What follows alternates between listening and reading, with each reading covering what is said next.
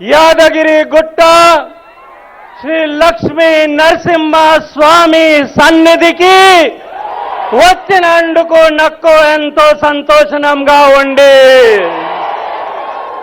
రెండు విధాతల ప్రజా సంగ్రామ యాత్ర ముగించుకొని మూడో ప్రజా సంగ్రామ యాత్ర ముడోలు పేదుతున్న మన తెలంగాణ ముడ్డుబిడ్డ వాండి సంజయ్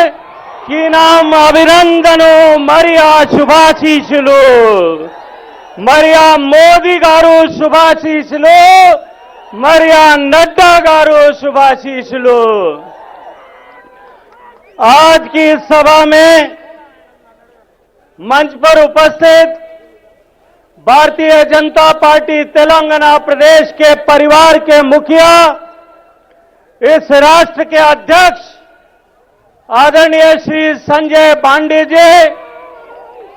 मंच पर आसीन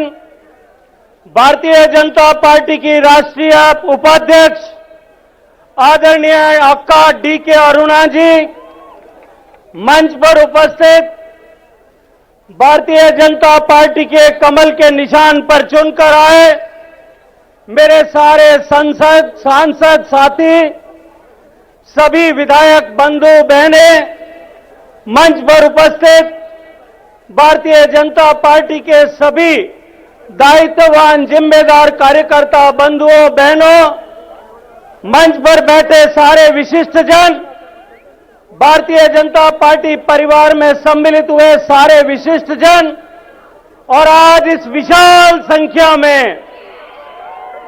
मंच के सामने उपस्थित मौसम की विपरीतता और इस इस सरकार के आतंक को मिटाने के लिए अपनी दोनों भुजाएं उठा करके संकल्प करने वाले सारे भारतीय जनता पार्टी के कार्यकर्ताओं, मैं आप सबका स्वागत करता हूं, आप सबका अभिनंदन करना चाहता हूं. मित्रों, यादगिरी गुट्टा का ये लक्ष्मीनारायण स्वामी मंदिर, इसके दर्शन का ये पवित्र अवसर मेरे जीवन का अत्यंत महत्वपूर्ण दिन है और साथ ही साथ भगवान नरसिम्हा स्वामी का आशीर्वाद लेकर के बांडी संजय जी की नेतृत्व में हो रहे इस लोक अभियान, इस लोक संग्राम यात्रा के तीसरे पड़ाव के पहले दिन मुझे आप सबके बीच में आकर के हार्दिक प्रसन्नता का अनुभव हो रहा है. मित्रों, जिस सफलता के साथ में बांडी संजय जी के नेतृत्व में भारतीय जनता पार्टी के कार्यकर्ताओं ने परिश्रम कर इस यात्रा के 2 चरणों को सफल बनाया है, मैं उसके लिए बांडी संजय जी को बधाई देते हुए आप सब भारतीय जनता पार्टी के कार्यकर्ताओं का अभिनंदन करना चाहता हूं. प्रजा संग्राम यात्रा जिस तरह से तेलंगाना की जनता के बीच में इसे लोकप्रियता मिली है, आप सब कार्यकर्ताओं के पुरुषार्थ और परिश्रम के चलते जिस तरह लोक संग्राम यात्रा को तेलंगाना की जनता ने आशीर्वाद दिया है, एक सुनहरा भविष्य भारतीय जनता पार्टी के लिए और एक संकल्प की आहट मुझे आज इससे सुनाई देती है. आज जब इस तीसरे पड़ाव पर मैं आप सब लोगों के उत्साह, आप लोगों की ऊर्जा और ऊष्मा को महसूस कर रहा हूं, तब मुझे कवि पीयूष मिश्रा की वो पंक्तियां याद आती है कि आरंभ है प्रचंड, बोले मस्तकों के झुंड, आज जंग की घड़ी में तू वार दे. ये जंग जो सामने 2023 में होने वाली है, वो जंग को लेकर के आप लोगों का संकल्प और आप लोगों का ये उत्साह, मैं राजस्थान से आता हूं और हमारा चुनाव भी आप लोगों के साथ ही होने वाला है, मुझे भी कहीं न कहीं आज प्रेरणा देकर के जाने वाला है. मित्रों, संजय जी आज संग्राम यात्रा का, लोक संग्राम यात्रा का, इस प्रजा संग्राम यात्रा का तीसरा चरण पूरा शुरू करने वाले हैं. मैं इनको इसकी सफलता के लिए बहुत सारी शुभकामनाएं देता हूं और आज मैं आप सबके बीच में माननीय प्रधानमंत्री नरेंद्र मोदी जी की तरफ से प्रजा संग्राम, इस लोक संग्राम यात्रा के लिए आप सबको शुभकामनाएं देने के लिए आप सबके बीच में आया हूं। साथियों, तेलंगाना राज्य का गठन कोई सामान्य घटना नहीं। इस देश में आजादी के समय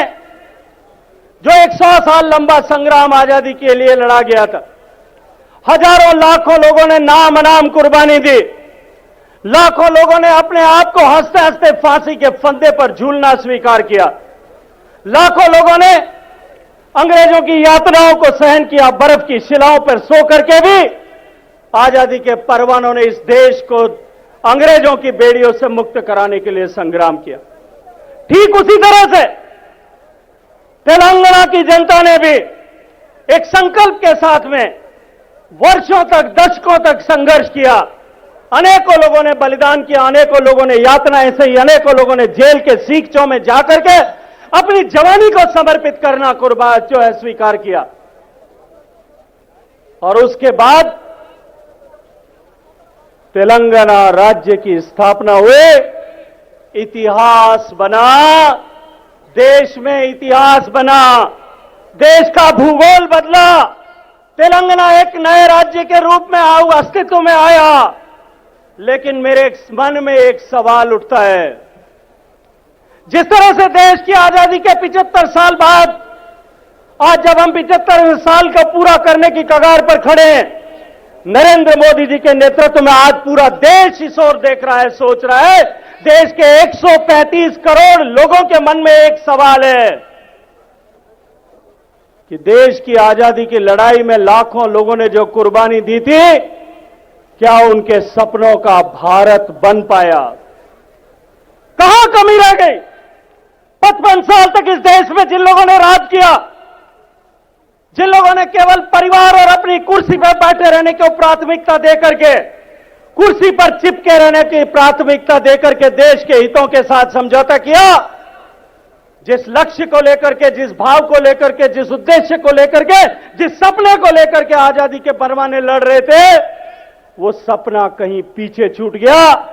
8 साल में नरेंद्र मोदी जी के नेतृत्व में उस सपने को पूरा करने के लिए देश की सरकार आगे बढ़ रही है। और माननीय प्रधानमंत्री जी ने हम सबको आह्वान किया है, माननीय प्रधानमंत्री जी ने हम सबसे अपेक्षा की है कि देश को 135 करोड़ लोगों को इस अवसर पर इस बात का आकलन करना चाहिए, इस बात का लेखा जोखा करना चाहिए कि हम कहां किन चीजों में चूक गए हैं और आने वाले 25 सालों में उसको किस तरह से प्राप्त कर सकते हैं। इस दिशा में हमको विचार करने की आवश्यकता है। ठीक उसी तरह से लगातार दशकों तक चले आंदोलन और यातनाओं के उस दौर के बाद में तेलंगाना स्वतंत्र हुआ। तेलंगाना एक नए राज्य के रूप में अस्तित्व में आया। लेकिन आज मैं इस मंच से खड़े होकर के आप सबसे पूछना चाहता हूं कि जिस लक्ष्य को लेकर के तेलंगाना को अलग कराने के लिए, एक अलग राज्य बनाने के लिए आप सब लोगों ने संघर्ष किया था, दशकों तक संघर्ष किया था, आपके पहली पीढ़ी के लोगों ने संघर्ष किया था, क्या वो सपना पूरा हो पाया है? मैं पूछना चाहता हूं कि वो क्या सपना आपका पूरा हुआ है? क्या आज इस तरह की अतिवादी सरकार, इस अराजकता के माहौल, पुलिस के दुरुपयोग, हर कदम पर भ्रष्टाचार, अपने परिवार के केवल कल्याण के लिए काम करने वाली सरकार इस तेलंगाना राज्य में आएगी? इसके लिए क्या हमने तेलंगाना को अलग राज्य बनाने का ये लड़ाई लड़ी थी? और अगर इस आपका सपना सच नहीं हुआ है, तो जैसे नरेंद्र मोदी जी ने, माननीय प्रधानमंत्री जी ने आह्वान किया है, जैसे माननीय प्रधानमंत्री जी ने हम सब देशवासियों को एक आवाज दी है कि हम सबको आकलन करके अगले 25 साल में आने वाले समय में देश को किस मुकाम तक पहुंचाना है, उसके लिए काम करने की आवश्यकता है। वैसे ही आज तेलंगाना के हर एक जवान को, हर एक युवा को, हर एक युवती को, हर एक आदमी को तेलंगाना को अलग राज्य बनाने के संकल्प के साथ जो लोग जुड़े थे, उन लोगों की भावनाओं, जिन लोगों ने बलिदान किया, उनको पुष्पांजलि और श्रद्धांजलि देने के लिए हम सबको संकल्प करने की आवश्यकता है कि हम तेलंगाना की इस आतताई अराजक सरकार को उखाड़ करके फेंक देंगे। मैं पूछना चाहता हूं आप सब लोगों से, क्या आप लोग आज इस मुकाम पर, आज इस मंच से मैं आप लोगों को पूछना चाहता हूं, जो लोग इस संकल्प को आज उठा करके यहां जाने के लिए तैयार हैं, वो अपने दोनों हाथ खड़े करें, मुट्ठी बंद करें और पूरी ताकत के साथ में बोलें, भारत माता की, भारत माता की। मित्रों, कुछ लोग आज सत्ता की कुर्सी पर बैठ करके तेलंगाना को अलग राज्य बनाने के इस सफलता का यश लूट रहे हैं। मैं याद दिलाना चाहता हूं, तेलंगाना के इस मुक्ति संग्राम में भारतीय जनता पार्टी का जो योगदान था, मुझे आज इस मंच पे खड़े होकर के याद आती है आदरणीय सुषमा स्वराज जी की, स्वर्गीय सुषमा स्वराज जी को जिस तरह से तेलंगाना की जनता ने चिन्नम्मा कहकर के पुकारा था, उनको जो स्नेह और सम्मान दिया था। भारतीय जनता पार्टी के योगदान को भुलाने की साजिश की गई। मित्रों, जिस संकल्प के साथ में हम जुटे थे, उस संकल्प को भुलाने की साजिश की गई। लोग तेलंगाना के हित के बजाय अपने परिवार के हित के लिए, अपने परिवार के 7 पीढ़ी आगे आने वाली 7 पीढ़ियों के हित के लिए इस तेलंगाना की जनता के हितों को कुर्बान करने का काम आज कर। मैं आज इस मंच से चुनौती देना चाहता हूं, मुख्यमंत्री को चुनौती देना चाहता हूं आज इस मंच से, केसीआर गारो कान खोल करके सुन लो और तैयारी करो, सिंहासन खाली करो। बांडी संजय के नेतृत्व में भारतीय जनता पार्टी आ रही है। आज ये जो लोक संग्राम यात्रा, इस प्रजा संग्राम यात्रा को जिस तरह से जनता ने आशीर्वाद दिया है, यह आशीर्वाद इस बात का परिचायक है कि तेलंगाना की जनता परिवर्तन चाहती है, बदलाव चाहती है। मित्रों, भारतीय जनता पार्टी आज आप सबके आशीर्वाद से, आप सबके पुरुषार्थ से देश नहीं दुनिया की सबसे बड़ी पॉलिटिकल पार्टी बनी। लेकिन हमने कुछ संकल्प किए। पार्टी की स्थापना के समय से ही परिवारवाद से मुक्ति, भ्रष्टाचार के लिए जीरो टॉलरेंस, देश के हित को प्रथम मान करके दल के हित को दूसरे पायदान पर रखते हुए हम जनता के कल्याण के लिए, समाज में अंतिम पंक्ति में खड़े हुए व्यक्ति के कल्याण के लिए काम करेंगे। मैं आज पूछना चाहता हूं केसीआर गारू, यहां खड़े होकर के पूछना चाहता हूं केसीआर साहब से कि जब देश में भारतीय जनता पार्टी का जो सिद्धांत था कि समाज की अंतिम पंक्ति में खड़े हुए व्यक्ति के जीवन में परिवर्तन लाने के लिए काम करेंगे, जब आज से 5 साल पहले एक दलित समाज के बेटे को, एक दलित परिवार में, गरीब परिवार में जन्मे हुए रामनाथ कोविंद जी को जब देश का राष्ट्रपति बनाने के लिए भारतीय जनता पार्टी के नेतृत्व में, नरेंद्र मोदी जी के नेतृत्व में देश आगे बढ़ रहा था, तब ये तेलंगाना की वर्तमान केसीआर साहब की सरकार और उनकी पार्टी किसके साथ में खड़ी थी? मैं पूछना चाहता हूं आज कि जब देश एक आदिवासी की बेटी को सम्मान देने के लिए देश के सर्वोच्च सिंहासन पर, रायसीना हिल पर, राष्ट्रपति की पद पर, राष्ट्रपति की कुर्सी पर बैठाने के लिए नरेंद्र मोदी जी के नेतृत्व में आगे बढ़ रहा था,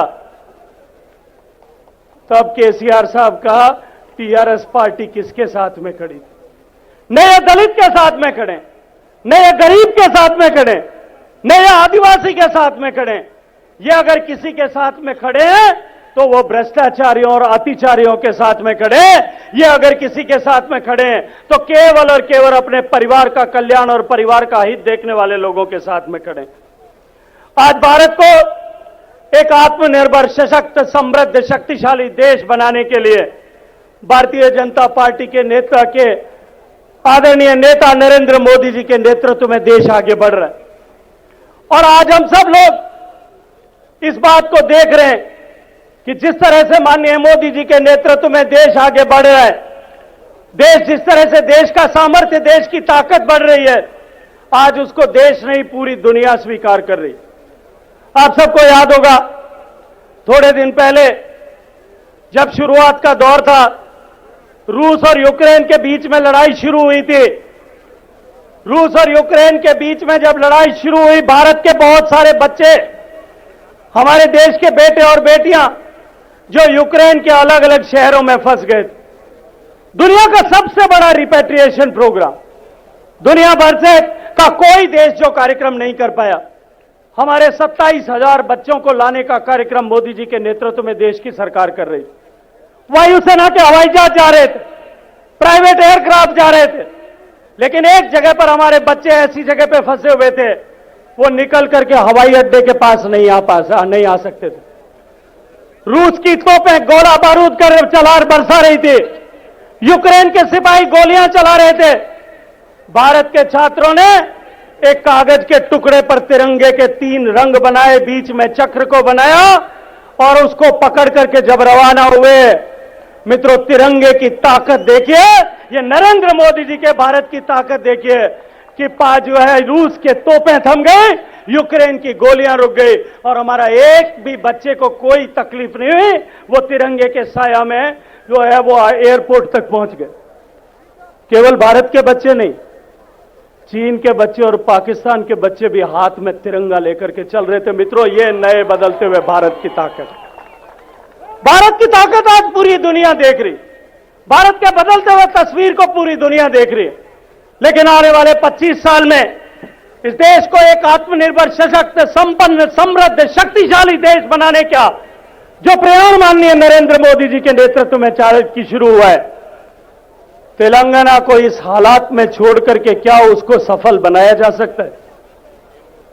मित्रों, तेलंगाना के सब युवाओं के लिए चुनौती का समय है कि देश जब बदलाव की करवट ले रहा है, देश जब, मैं दीवार पर लिखा हो इस तरह से लिखा हुआ पढ़ सकता हूं कि भारत बदलने वाला है, भारत दुनिया का 1 नंबर शक्तिशाली, समर्थ और शक्ति जो है संपन्न देश बनने वाला है। यह तेलंगाना के युवाओं के लिए चुनौती है कि तेलंगाना उसमें कहीं पीछे न रह जाए और उसके लिए जिस चीज की आवश्यकता है उसका संकल्प कराने के लिए प्रजा संग्राम यात्रा आदरणीय बंडी संजय जी के नेतृत्व में चल रही। हम सबको संकल्प लेकर के भारतीय जनता पार्टी की शक्ति को बढ़ाने के लिए गांव-गांव में जाकर के, घर-घर में जाकर के भारतीय जनता पार्टी के विचार को, नरेंद्र मोदी जी की योजनाओं की ताकत को लोगों के बीच में पहुंचाना पड़ेगा। और साथ ही साथ केसीआर साहब ने जिस तरह से राज्य की जनता के हितों के साथ में खिलवाड़ किया है, जिस तरह से भ्रष्टाचार की भेंट हर एक नई परियोजना को चढ़ाने का काम किया है। अभी मैं जब मंच पर आ रहा था तो मुझे मीडिया के मित्र पूछ रहे थे, पांडी संजय जी, मैं डीके अरुणा जी, श्री राम वेदिरे जी, आप ही के प्रदेश के, आपके प्रांत के रहने वाले हैं, मेरे साथ मेरे मंत्रालय में मेरे साथी के रूप में काम करते हैं। मुझे मीडिया के दोस्तों ने पूछा कि कालेश्वरम को राष्ट्रीय परियोजना बनाने की चर्चा मांग राज्य कर रही है और केसीआर जी कहते हैं कि भारत सरकार इसको राष्ट्रीय परियोजना नहीं बनाती। मैं आप सबसे कहना चाहता हूं, कालेश्वरम को जाकर के देखने की आज आवश्यकता है। जिस तरह से उसको गलत डिजाइन के साथ में बनाया गया, आज पूरे कालेश्वरम के तीनों बांध, जो 3 बांध कालेश्वरम में हैं, वो तीनों बांध आज पानी के नीचे डूबे हुए हैं। तीनों बांध जो हैं, उनके पावर हाउस आज पानी के बीच में, पंप हाउस आज उनके पानी के नीचे डूबे हुए हैं। इंजीनियरिंग की जिस तरह से डिफॉल्ट कमजोरी उसमें रही है, न ठीक से उसकी प्लानिंग की गई, न उसका इन्वेस्टमेंट क्लियरेंस कराया गया, न एनवायरमेंट क्लियरेंस कराया गया। अवैध रूप से तेलंगाना में केवल और केवल पैसे कमाने की मशीन, दूध देने वाली गाय की तरह इस कालेश्वरम प्रोजेक्ट को उन्होंने बना करके पैदा किया। और आज जब प्रोजेक्ट पूरा हो गया, अपनी विफलताओं को छुपाने के लिए, अपनी सारी नाजायज काम को छुपाने के लिए वो इसको भारत सरकार के माथे पर मढ़ना चाहते। मैंने कहा पत्रकार को, केसीआर साहब ने अवैध रूप से बच्चा पैदा किया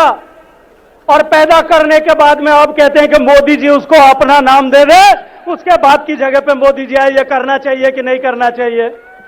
जिसने पाप किया है नाम उसी का रहना चाहिए कि नहीं रहना चाहिए? मैं इसीलिए आप सबसे आज यहां पे कहने के लिए आया हूं। मित्रों, समय आ गया है कि हम सबको संकल्प करना पड़ेगा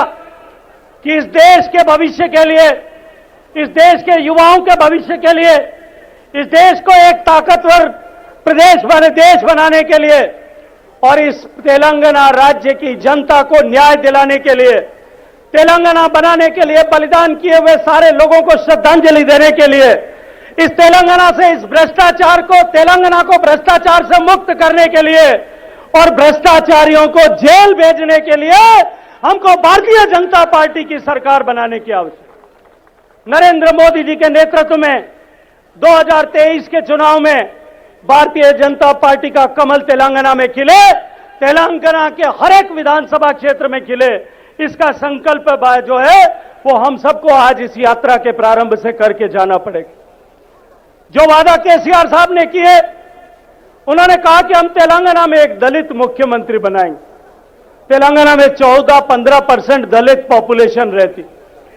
तेलंगाना में 10% के लगभग आदिवासी पॉपुलेशन रहती है और 24% आबादी में एक भी आदमी जो है केसीआर साहब को मुख्यमंत्री बनाने के लायक नहीं मिला। खुद तो बने, अब अपने बेटे को मुख्यमंत्री बनाने की जो है वो तैयारी कर रहे। अब ये तो भगवान जानता है उनका बेटा बनेगा कि बेटी बनेगी, आपस में उनके भी लड़ाई चल रही, लेकिन उस लड़ाई में हमको जाने की आवश्यकता नहीं है। मैं इस मंच से कहना चाहता हूं, केसीआर साहब कान खोल करके सुन लो, 2023 में तेलंगाना की जनता इस लोकतंत्र के उस पर्व पर भारतीय जनता पार्टी के तेलंगाना के बेटे को मुख्यमंत्री बनाने का जो है वो वादा कर चुकी है, इरादा कर चुकी है और संकल्प कर चुकी है। आज भारत सरकार की जो योजनाएं यहां चल रही, तेलंगाना में जो कुछ आपको दिखता है,